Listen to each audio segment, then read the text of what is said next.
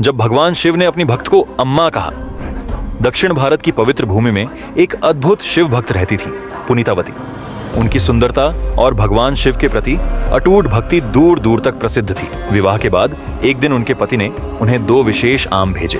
उसी समय भगवान शिव एक भूखे साधु के वेश में उनके द्वार पर आए और भिक्षा मांगी। भक्ति से भरी पुनीतावती ने बिना संकोच एक आम साधु को दे दिया और दूसरा अपने पति के लिए रख लिया। जब पति ने दूसरा आम भी मांगा तो वह घबरा गई, लेकिन उनकी सच्ची श्रद्धा से प्रसन्न होकर भगवान शिव ने चमत्कार किया। उनके हाथ में एक और दिव्य अत्यंत स्वादिष्ट आम प्रकट हो गया। जब पति ने वह आम खाया तो उसे एहसास हुआ कि उसकी पत्नी कोई साधारण स्त्री नहीं बल्कि दिव्य शक्ति से संपन्न है।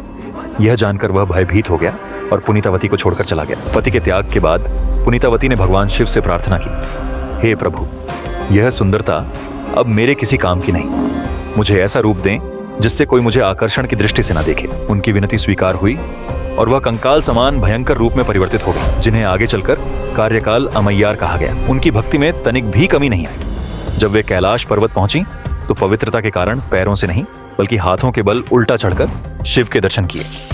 उनकी अनन्य भक्ति से प्रसन्न होकर स्वयं भगवान शिव ने उन्हें अम्मा कहकर संबोधित किया। यह कथा सिखाती है कि सच्ची भक्ति रूप और सौंदर्य से कहीं अधिक महान होती है। अगर तुम महादेव का सच्चा भक्त हो तो सब्सक्राइब करो और दोस्तों को शेयर करो